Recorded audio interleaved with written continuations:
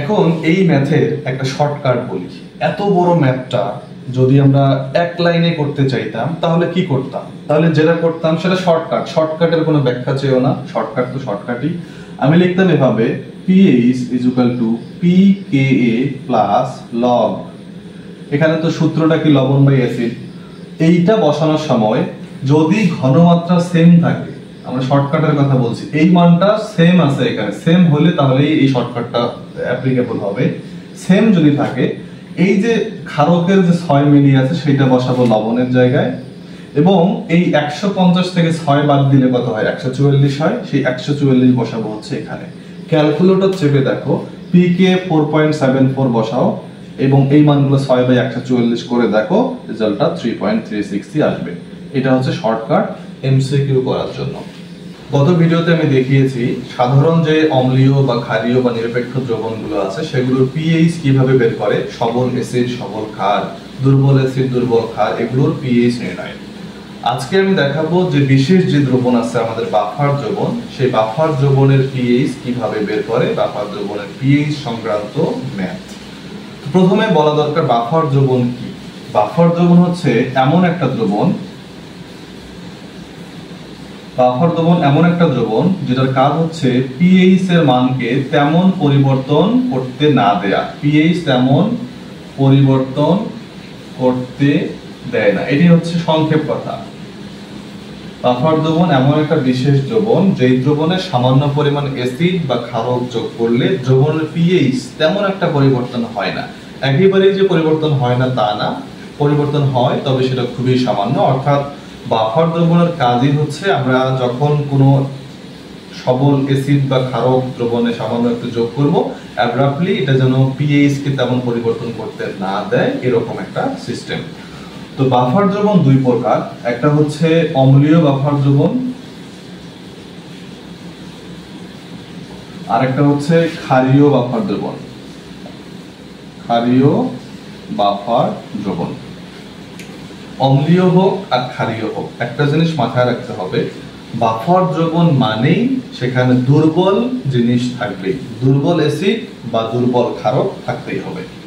অম্লীয় বাফারের ক্ষেত্রে মনে করো একটা দুর্বল অ্যাসিড নিলাম CH3COOH, এই অ্যাসিডটা এবং এই অ্যাসিডের একটা লবণ CH3COONA ধরলাম আমি, এই অ্যাসিডের একটা লবণ, এরা যদি একই সঙ্গে একটা পাত্রে থাকে তাহলে তাকে আমরা বলবো একটা অম্লীয় বাফার দ্রবণ। অম্লীয় বাফার দ্রবণ কিভাবে প্রস্তুত করতে হয়? একটা দুর্বল অ্যাসিড এবং ওই অ্যাসিডের একটা লবণের সংমিশ্রণে একটা বাফার দ্রবণ তৈরি করতে হয়। ক্ষারীয় বাফার দ্রবণের বেলায় একটা দুর্বল ক্ষার, যেমন আমরা তো NH4OH এর সঙ্গে পরিচিত, এইটার সাথে এই দুর্বল ক্ষারকের একটা লবণ যদি নেওয়া হয় এবং এরা যদি একসাথে থাকে তাহলে এই দ্রবণটাকে বলা হবে ক্ষারীয় বাফার দ্রবণ। এখন দেখো অম্লীয় বাফার দ্রবণ কিভাবে প্রস্তুত করতে হয় সেটা আগে দেখাই। একটা অম্লীয় বাফার দ্রবণের ক্ষেত্রে মনে করো CH3COOH প্লাস NaOH নিলাম, এই দুইজনকে একটা পাত্রের মধ্যে নিলাম, একটা পাত্রে আমি কিছু পরিমাণ অ্যাসিটিক অ্যাসিড নিলাম এবং কিছু পরিমাণ সোডিয়াম হাইড্রোক্সাইড নিলাম। তাহলে বিক্রিয়া করলে এখানে কি উৎপন্ন হবে? CH3COONA প্লাস পানি উৎপন্ন হবে। এটাই হচ্ছে এদের বিক্রিয়া। এখন খেয়াল করো, এই বিক্রিয়া হওয়া মানেই যে সেখানে বাফার দ্রবণ হয়েছে তা না, আবার বাফার দ্রবণ হতে গেলেও এই বিক্রিয়াই হতে হবে। তাহলে শর্তটা কোথায়? শর্তটা হচ্ছে যে পরিমাণ সবল ক্ষারক এখানে নেওয়া হবে তার চেয়ে বেশি পরিমাণে দুর্বল অ্যাসিড এখানে অবশ্যই নিতে হবে। তার মানে এইটা যদি আমি 100 মোল নিয়ে থাকি, এইটা 100 এর চেয়ে কম মোল নিতে হবে। আমি ধরলাম এটা হচ্ছে আমি 60 মোল নিলাম, 60 মোল সোডিয়াম হাইড্রোক্সাইড এবং 100 মোল অ্যাসিটিক অ্যাসিড নিলাম, তাহলে একটা বাফার দ্রবণ হতে পারে। যদি কোনো কারণে এইটা 100 নিয়ে এটাকে আমি 100 এর চেয়ে বেশি নিয়ে ফেলি তাহলে কোনোভাবেই বাফার দ্রবণ হবে না। কেন হবে না সেটা বলি।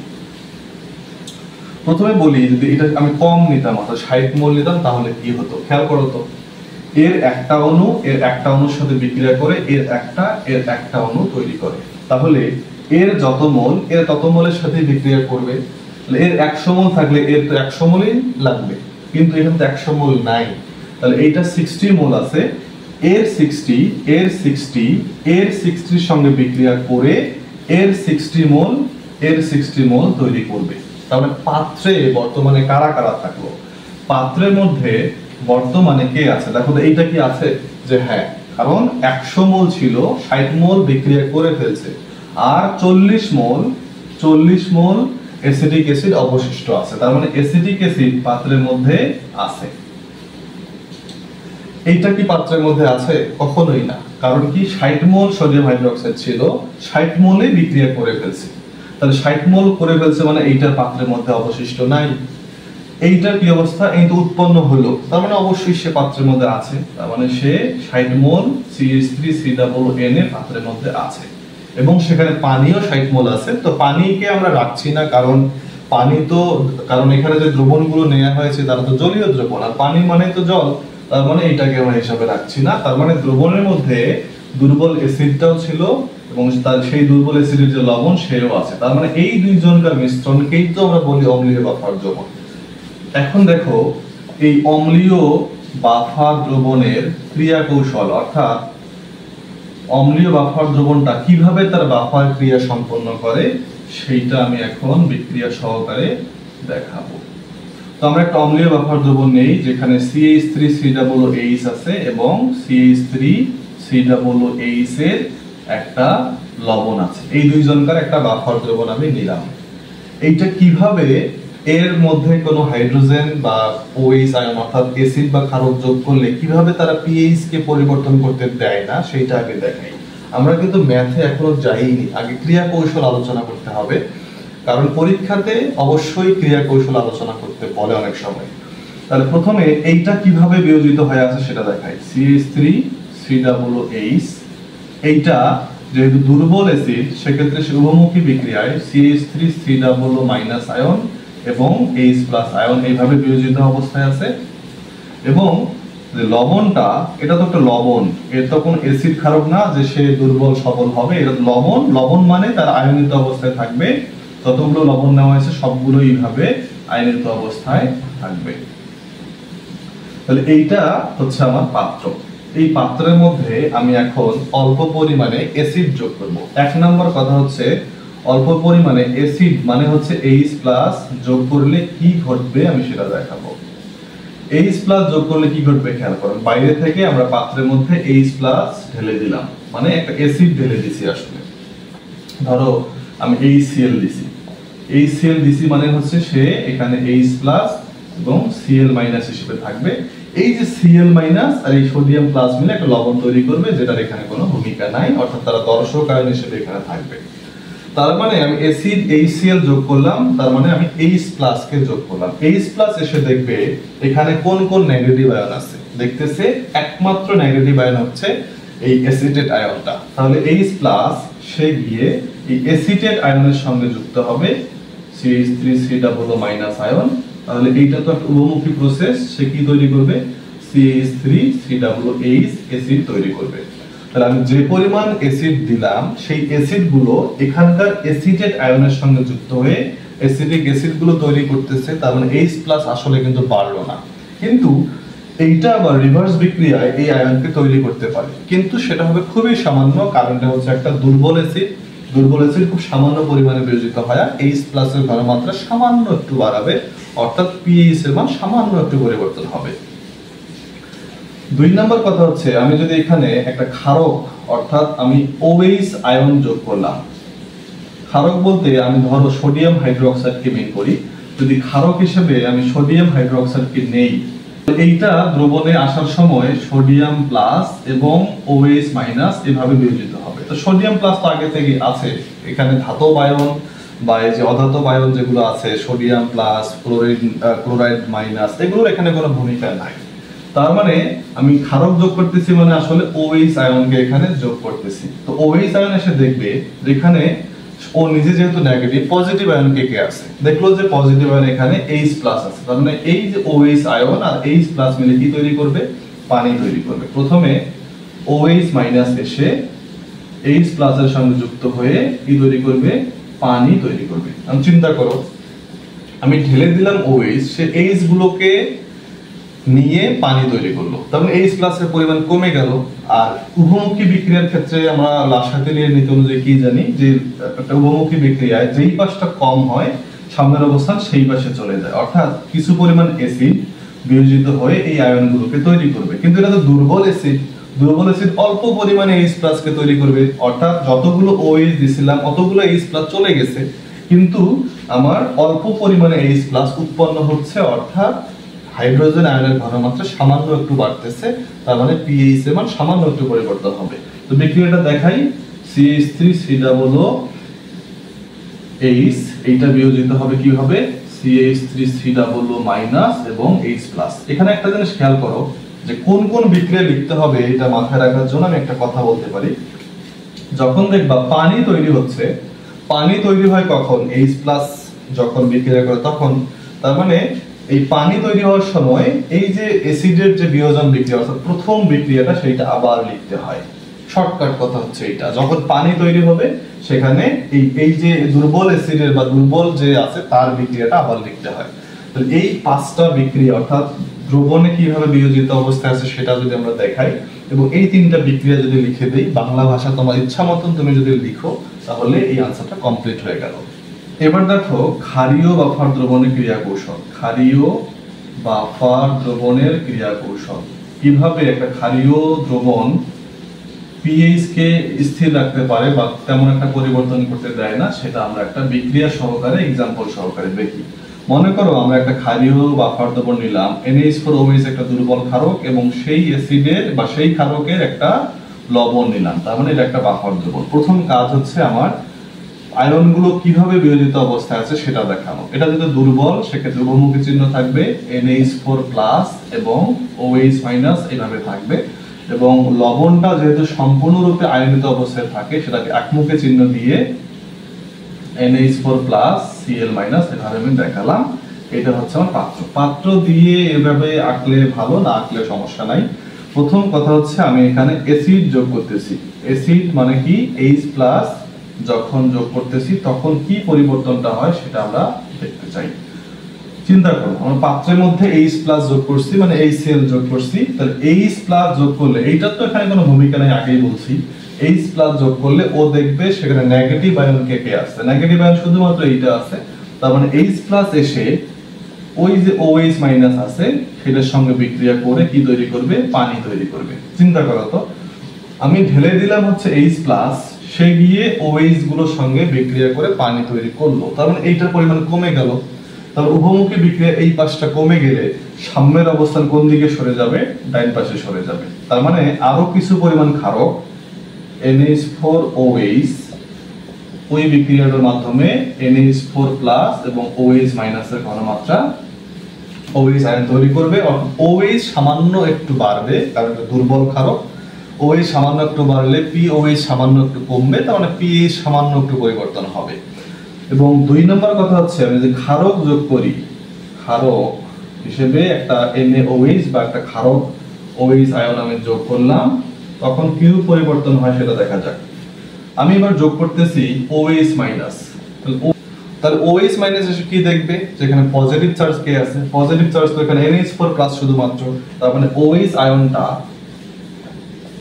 এই NH4+ এর সঙ্গে যুক্ত হয়ে কি তৈরি করবে, তৈরি করবে হচ্ছে NH4OH। তো এই প্রসেসটা তো একটা উভমুখী বিক্রিয়া, তার মানে আমি যে পরিমাণ OH দিলাম সেগুলো কিন্তু এখানে থাকতেছে না, সেগুলো কি করতেছে, এই ক্ষারকটা তৈরি করতেছে। আবার ক্ষারকটা রিভার্স বিক্রিয়ায় এই আয়ন তৈরি করবে, তার মানে এটা তো একটা দুর্বল ক্ষারক, তাহলে সে কতটুকুই বা OH তৈরি করবে, সামান্য একটা OH তৈরি করবে। তার মানে OH এর পরিবর্তনটা হবে সামান্য, তার মানে POH এর পরিবর্তনটা হবে সামান্য, তার মানে pH এর পরিবর্তনটা হবে সামান্য। তাহলে এখানে একটা আগের মতন জিনিস খেয়াল করো, যখন পানি তৈরি হয়েছিল তখন কিন্তু দুর্বল যে ক্ষারক আছে বা দুর্বল যে আছে তার বিক্রিয়াটা কিন্তু আবার দেখিয়েছি। তাহলে কনফিউশনে পড়া যাবে না কখন আমি দুইটা বিক্রিয়া লিখবো আর কখন একটা বিক্রিয়া লিখবো, এই কনফিউশনে আর পড়া যাবে না। তাহলে যে কোনো বাফার দ্রবণের ক্রিয়া কৌশল যদি আলোচনা করতে বলে, মানে একটা সিকিউ কোশ্চেনে একটা বাফার দ্রবণ থাকবে, তোমাকে বলতে পারে যে এই বাফার দ্রবণে আমি যদি এই Cl কে বা যে কোনো একটা অ্যাসিড কে ঢেলে দেই তাহলে কিরূপ পরিবর্তন ঘটবে, তখন তুমি এই জিনিসগুলোই ব্যাখ্যা করে দিবা। অথবা যদি বলে যে এখানে অ্যাসিড বা ক্ষারক যোগ করলে কিরূপ পরিবর্তন ঘটবে, তাহলে তুমি পুরোটাই ব্যাখ্যা করে দিবা। আশা করি যে কোনো বাফার দ্রবণের ক্রিয়া কৌশল আসলে তুমি অবশ্যই সেটা আনসার করতে পারবে। তো এখন দেখো বাফার দ্রবণের ম্যাথ কিভাবে করতে হয়। বাফার দ্রবণের ম্যাথ করার জন্য আমাদের একটা বিখ্যাত সূত্রকে সামনে নিয়ে আসতে হবে, যেটাকে আমরা বলতেছি হেন্ডারসন-হেসেলবাখ সমীকরণ। এই সমীকরণটা অম্লীয় বাফার দ্রবণ যখন হবে তখন আমি লিখব pH = pKa প্লাস লগ লবণ বাই অ্যাসিড। এইটা হচ্ছে বিখ্যাত হেন্ডারসন-হেসেলবাখ সমীকরণ। আমরা যেহেতু শুধুমাত্র কোর অংশগুলোকে ফোকাস করছি, এই সূত্রটা কিভাবে আসলো সেটা আমরা দেখাচ্ছি না। এটা হচ্ছে হেন্ডারসন-হেসেলবাখ সমীকরণ। এখানে কোনটা কি মিন করে, এখানে pH মানে তো দ্রবণের pH বের করা, সেটা তো আমরা বলছি অলরেডি। pK মানে কি, অর্থাৎ Ka যে আছে, অর্থাৎ অ্যাসিডটা নিয়ে বাফার দ্রবণটা তৈরি করা হয়েছিল, সেই অ্যাসিডের যে Ka আছে তার সামনে মাইনাস লগারিদম নিলে আমি যা পাবো সেটাকে আমরা বলতেছি pK। এটা হচ্ছে পাওয়ার অফ অ্যাসিডের বিয়োজন ধ্রুবক।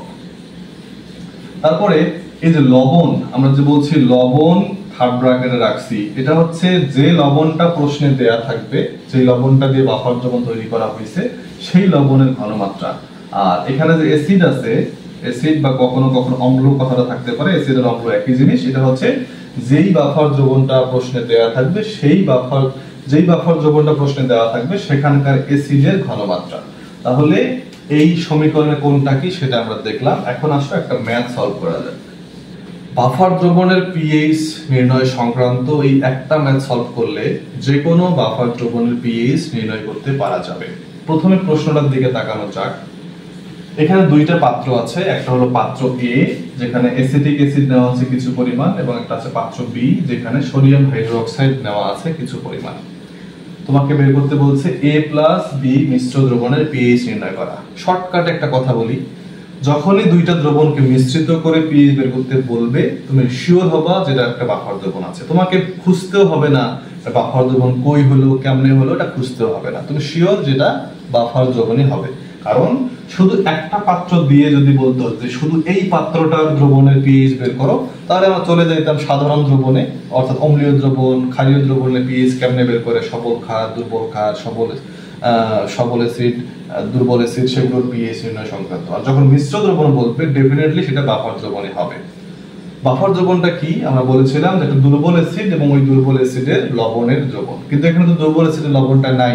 কিন্তু আমরা এটাও বলেছিলাম যদি দুর্বল অ্যাসিড এবং সবল ক্ষার মিশ্রিত করা হয় এবং যদি দুর্বল অ্যাসিডটা পরিমাণে বেশি থাকে তাহলে সেটা বাফার দ্রবণ হবে। তার মানে এখানে এটা বেশি আছে এটা কম আছে মিশ্রিত করা হবে, ডেফিনেটলি একটা বাফার দ্রবণ তৈরি হবে, তোমাকে আর খুঁজতেও হবে না। আমরা এখন চলে যাই মিশ্র দ্রবণের pH মানে বাফার দ্রবণের pH কিভাবে বের করে। বাফার দ্রবণের pH বের করার সূত্র আমরা কি বলেছিলাম, যে অম্লীয় বাফার দ্রবণ যদি হয়, যেহেতু অম্ল নেওয়া হয়েছে, অম্লীয় বাফার দ্রবণ যদি হয় তোমার হেন্ডারসন-হেসেলবাখ সমীকরণ লাগবে। সেটা কি, সেটা হচ্ছে pKa প্লাস লগ লবণের ঘনমাত্রা বাই অ্যাসিড বা অম্লের ঘনমাত্রা। এখানে একটা কথা বলে নেওয়া ভালো, এখানে ঘনমাত্রা যতই বলা থাকুক না কেন এটা আসলে হচ্ছে লবণ বা অ্যাসিডের মোল সংখ্যা। কেমন মোল সংখ্যা হলো, লবণের একটা ঘনমাত্রা তো থাকবেই, সামথিং মোল পার লিটার তো থাকবেই, আর অ্যাসিডেরও একটা পরিমাণ বা একটা ঘনমাত্রা থাকবে যেটা কিনা সামথিং মোল পার লিটার। এই পার লিটার কাটা গেল কারণ উভয়ই 1 লিটার হিসাব করা হয়েছে, কিন্তু মোল সংখ্যাটা করে তো ভিন্ন। তার মানে আমরা আসলে এই ঘনমাত্রা বলতে মোল সংখ্যাকেই বুঝবো, এবং প্রশ্ন যেহেতু বলছে pH নির্ণয় করা, ডেফিনেটলি এখানে লবণ আর অ্যাসিডের মোল সংখ্যা বের করা যাবে। হেন্ডারসন-হেসেলবাখ সমীকরণের দিকে তাকাও। আমার pH বের করতে গেলে কি কি লাগবে, pK লাগবে প্রথমত। তো তোমার হাতে pK আছে কিনা, যেহেতু দুর্বল অ্যাসিডের K এর মান দেওয়া আছে তার মানে অবশ্যই তোমার হাতে pK আছে। তাহলে তুমি আগে pK এটা বের করে নাও। pK = মাইনাস লগ K অর্থাৎ 1.85 গুণন 10⁻⁻5। ক্যালকুলেটর চাপলে এই মানটা আসবে হচ্ছে 4.74। তার মানে তোমার হাতে এই মানটা অলরেডি আছে। তোমার দরকার লবণ বা অ্যাসিডের মোল সংখ্যা বের করা। তো এখানে তো লবণ নাই, আমাকে লবণের ঘনমাত্রা বা লবণের মোল সংখ্যাটা বের করে নিতে হবে। আমি এই ম্যাথটা সলভ করার সময় প্রথমে পি কে বের করে নিলাম, নেওয়ার পরে আমি চলে যাব এই অ্যাসিডের এবং এই ক্ষারকের মোল সংখ্যা বের করতে। তাহলে CH3COOH এর মোল সংখ্যা কেমনে বের করে আমি একটা সূত্র বলে দেই। মোল সংখ্যা বের করে হচ্ছে, সূত্রটা হচ্ছে এই যে ঘনমাত্রা এবং এই যে আয়তনটা আছে এই দুটোকে গুণ করবা, 150 গুণন 0.05 ডিভাইডেড বাই 1000, অর্থাৎ এমবি ভাগ 1000। ঘনমাত্রা এবং আয়তনটা গুণ করে 1000 দিয়ে ভাগ দিলে যে মানটা পাওয়া যাবে সেটাই হচ্ছে মোল সংখ্যা। অবশ্যই মেক শিওর দ্যাট যে এটা মিলিলিটারে থাকলে 1000 দিয়ে ভাগ দিবা, আর যদি লিটারে থাকে তাহলে 1000 দিয়ে ভাগ দেওয়ার দরকার নাই। যেহেতু মিলিলিটারে আছে আমি 1000 দিয়ে ভাগ দিয়ে নিলাম, তাহলে 150 গুণন 0.05 ডিভাইডেড বাই 1000। এই মানটা হচ্ছে অ্যাসিডের মোল সংখ্যা। এবং ক্ষারকের মোল সংখ্যা কতটুকু, NaOH এর মোল সংখ্যা কতটুকু, সেটা হচ্ছে 6 গুণন 0.05 ডিভাইডেড বাই 1000। এটা হচ্ছে ক্ষারকের মোল সংখ্যা বের করে নিলাম। এখন চলো বিক্রিয়াটা দেখা যাক। বিক্রিয়াটা কি ছিল, CH3COOH বিক্রিয়া করে NaOH বিক্রিয়া করবে CH3COOH Na প্লাস H2O। এটা হচ্ছে এখানে রিলেটেড বিক্রিয়াটা, খেয়াল করো। এইটার পরিমাণ কতটুকু সেটা আমরা বের করছি, এটার পরিমাণ কতটুকু সেটাও আমরা ধরো বের করছি। এখন এইটার পরিমাণ তো ডেফিনেটলি বেশি আছে। বিক্রিয়া করার পর আমরা একটা কথা বলেছিলাম, মনে করে দেখো, যতটুকু সোডিয়াম হাইড্রোক্সাইড থাকে ততটুকুই লবণ উৎপন্ন হয়। তার মানে এই যে পরিমাণটা আছে এই পরিমাণটাই হচ্ছে মূলত লবণের পরিমাণটা। ক্ষারকের যেটা পরিমাণ থাকে সেটাই হচ্ছে লবণের পরিমাণটা। কারণ কি, ক্ষারক যা ছিল সম্পূর্ণরূপে বিয়োজিত হয়ে এদেরকে তৈরি করে, এটা যা ছিল ততটুকুই এটা উৎপন্ন হবে।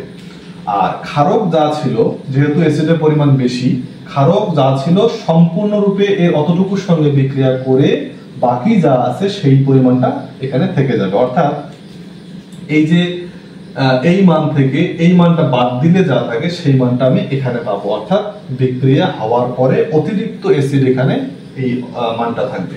তাহলে এই মানটা কত হয় আমরা ক্যালকুলেটর চেপে একটু বের করি। 0.0075। এই মানটা হচ্ছে কিসের মান, এটা হচ্ছে অ্যাসিডের মোল সংখ্যা। আর ক্ষারকের মোল সংখ্যা কত ছিল সেটাও ক্যালকুলেটর চেপে বের করা যাক। 6 গুণন 0.05 ডিভাইডেড বাই 1000। তাহলে এই মানটা আসবে হচ্ছে 0.0003। এটা হচ্ছে অ্যাসিডের পরিমাণ, এটা হচ্ছে ক্ষারকের পরিমাণ। এই পরিমাণ থেকে এই পরিমাণ যদি বাদ দেই, মাইনাস করি, তাহলে কত পাবো, 0.0075 minus answer is equal to 0.0072। তো এই যে মানটা, এটা হচ্ছে অতিরিক্ত থাকে অ্যাসিডটা, অর্থাৎ 0.0072 এটা অতিরিক্ত অ্যাসিড। এবং ক্ষারকের যেটা পরিমাণ ছিল 0.0003, এই মানটা হচ্ছে ক্ষারকের পরিমাণ। আর ক্ষারকের পরিমাণ মানেই হচ্ছে লবণের পরিমাণ। আশা করি ব্যাপারগুলো বোঝা যাচ্ছে। তাহলে আমরা বিক্রিয়া হওয়ার পর অতিরিক্ত অ্যাসিড এবং উৎপন্ন হওয়া লবণ এই পরিমাণটা বের করলাম। এই মানটাই তো আমার হেন্ডারসন-হেজেলবার্গ সমীকরণে বসাতে হবে। তাহলে এখানে লিখবো লগ লবণের মোল সংখ্যা কত, লবণ কতটুকু আছে 0.0003 এবং অ্যাসিড আছে কতটুকু 0.0072। এইটা যদি আমরা ক্যালকুলেটর চেপে বের করি তাহলে আসে হচ্ছে 3.36।